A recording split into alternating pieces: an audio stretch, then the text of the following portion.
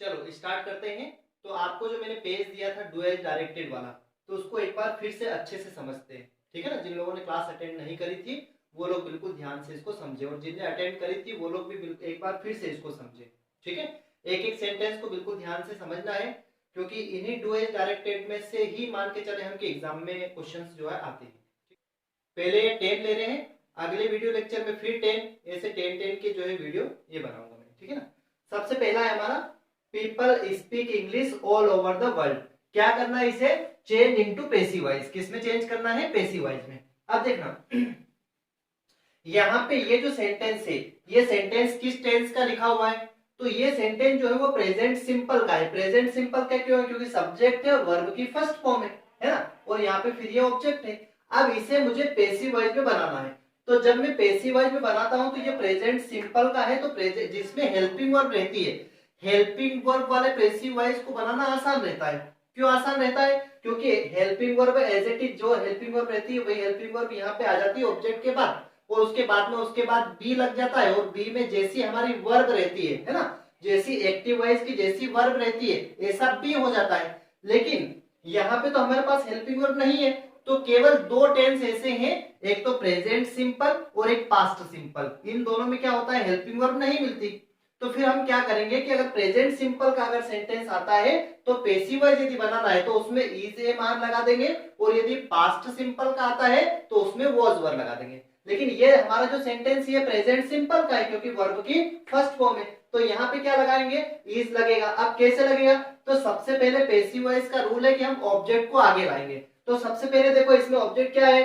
People speak English all over the world, है ना, पूरी दुनिया में। अब ऑब्जेक्ट को छांटने का एक और तरीका मैं आपको बता रहा हूं। ऑब्जेक्ट कैसे छांटे? जैसे मान लिया जाए कि ये यहाँ पे सेंटेंस लिखा हुआ है, अब इस सेंटेंस में ऑब्जेक्ट कैसे पता चलेगा कि कौन से ऑब्जेक्ट को आगे लाना है? तो हम यहाँ पे सब्जेक्ट और वर्ब को पढ़ के हम क्या पूछ ले कि क्या, तो क्या से हमें आंसर आ जाए कि हमारा ऑब्जेक्ट आगे क्या आने वाला है। किस प्रकार से? पीपल स्पीक, ठीक है ना, लोग जो है वो बोलते हैं। क्या बोलते हैं? तो इंग्लिश, है ना, तो ये ऑब्जेक्ट आ जाएगा। ऑल ओवर वर्ल्ड तो नहीं बोलते ना, क्या बोलते हैं? इंग्लिश, तो ये इंग्लिश क्या है? आगे आ जाएगा। तो हमारा ये जो ऑब्जेक्ट है इंग्लिश, ये सबसे पहले लिख दिया।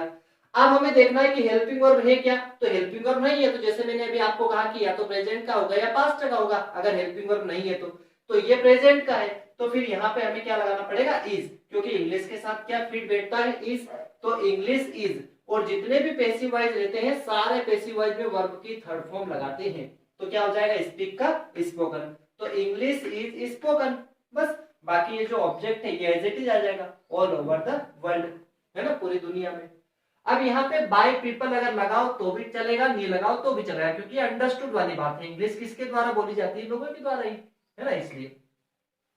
तो इस प्रकार से यहाँ पे ये सेंटेंस जो है पैसिव वॉइस बनाते हैं ऐसे। अगला देखते हैं, Radha did not go to school, ठीक है ना, राधा स्कूल नहीं गई। शी वॉज इल, वो बीमार थी।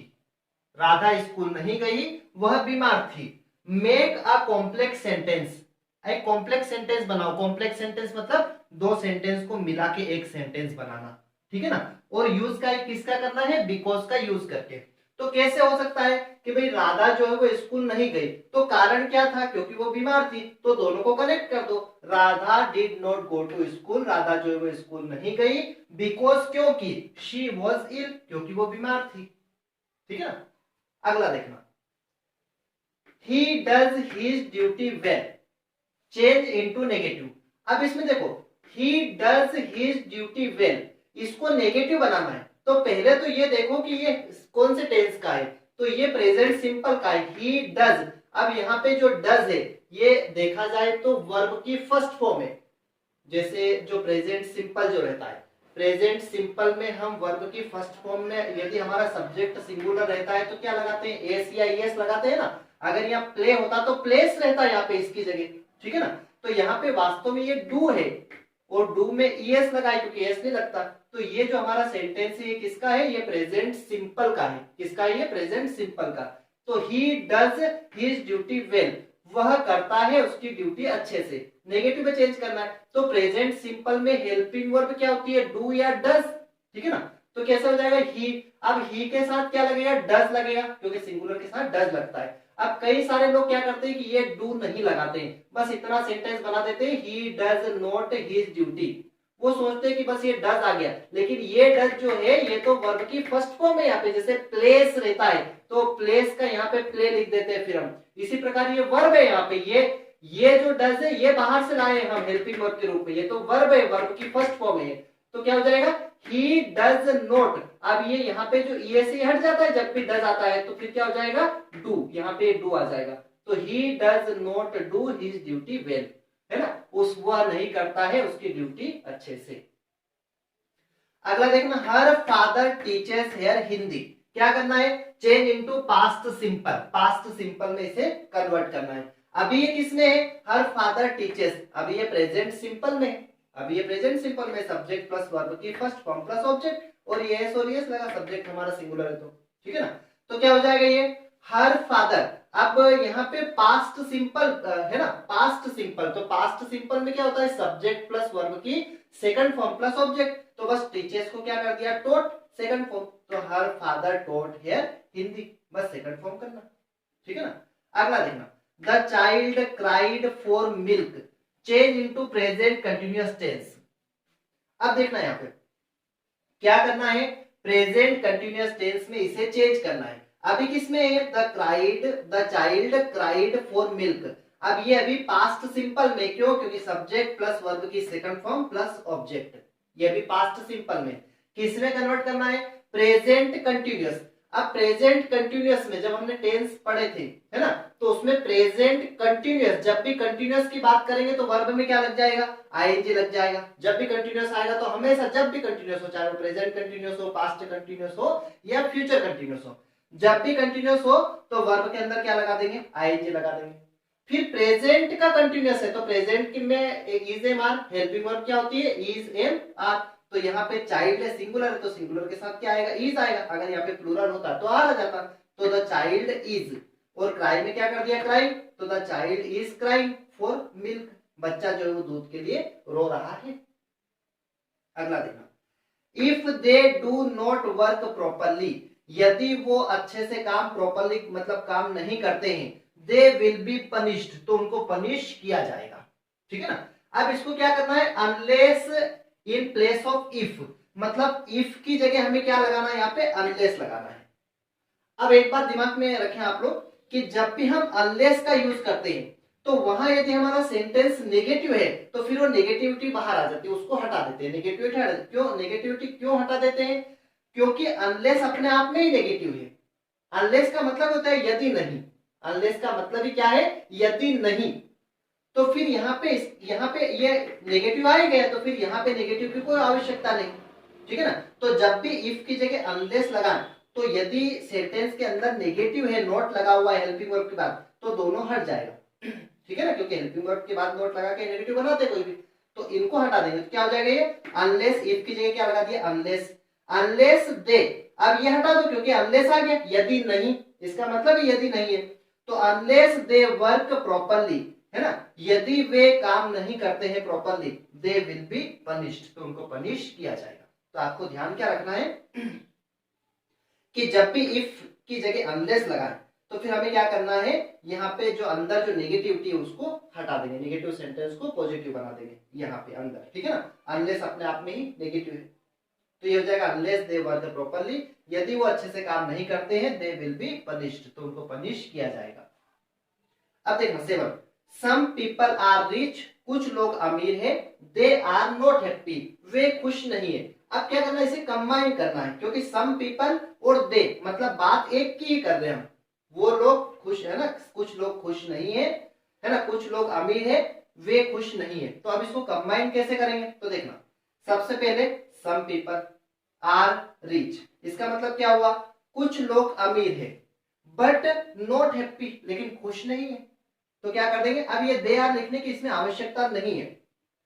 क्यों नहीं है, क्योंकि यहाँ पे सम पीपल, यहाँ पे आएगा कि सम पीपल कुछ लोग, आर रिच कुछ लोग अमीर है लेकिन खुश नहीं है, लेकिन वो खुश नहीं है, तो अब यहाँ पे वापस दे लगाने की कोई आवश्यकता नहीं रहती है, ठीक है ना। अगला है ही नोज मी वेल, वो मुझे अच्छे से जानता है, चेंज इनटू पैसिव वॉइस। अब इसको पैसिव वॉइस में कैसे कन्वर्ट करेंगे, तो देखना, ही नोज मी वेल। अब इसमें देखो कि सब्जेक्ट तो हमारा ये रहा, ये वर्ब रही, ये ऑब्जेक्ट मी। अब ये मी को क्या करेंगे, आगे लाएंगे। तो यहाँ पे अभी ऑब्जेक्ट की जगह मी है ना। अब ये मी को जब हम सब्जेक्ट की जगह लाएंगे तो क्या हो जाएगा, ये हो जाएगा आई। अब आई, ये जैसे मैंने अभी आपको सबसे फर्स्ट वाले में कहा था कि केवल दो टेंस ऐसे जिसमें हेल्पिंग वर्ब नहीं मिलेगी, ठीक है ना। एक तो प्रेजेंट सिंपल और एक पास्ट सिंपल। प्रेजेंट सिंपल में फिर इज एम आर लगाएंगे, पैसिव वॉइस बनाएंगे तो, और पास्ट सिंपल में वॉज वर्ब। लेकिन यहाँ पे ये जो सेंटेंस है ये किस टेंस का है, ये तो प्रेजेंट सिंपल का है। तो प्रेजेंट सिंपल में पैसिव वॉइस बनाने के लिए हम इज एम आर लगाएंगे जो फिट बैठ जाए। तो यहाँ पे मी का क्या हो जाएगा, आई। अब आई के साथ इज एम आर, इन तीनों में से कौन फिट बैठेगा, तो एम बैठेगा। तो क्या हो जाएगा, आई एम वेल नोन, मुझे अच्छे से जाना जाता है, टू हिम, उसके द्वारा। अब यहाँ पे ही का जो है लास्ट में ऑब्जेक्ट की जगह पे जाके क्या हो जाएगा, हिम हो जाएगा। और यहाँ पे बाय ना लगाते हुए टू लगा देंगे, क्योंकि यहाँ पे कोई फिजिकल एक्टिविटी नहीं हो रही है ना, इसलिए यहाँ पे केवल जाना जाता है। तो इसलिए हम क्या कर देंगे इसको, आई एम वेल नोन, मुझे अच्छे से जाना जाता है, टू हिम, उसके द्वारा, है ना। अगला है he played cricket there. He played, उसने खेला, क्रिकेट, है ना, देयर, वहां। Change into present progressive. अब प्रोग्रेसिव का मतलब भी कंटिन्यूअस है।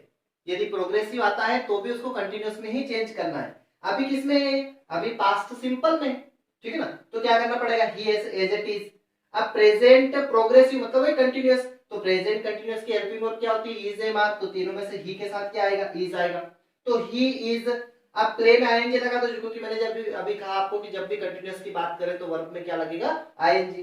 तो ही इज प्लेइंग, वह खेल रहा है, क्रिकेट देयर, वहां पे, ठीक है ना।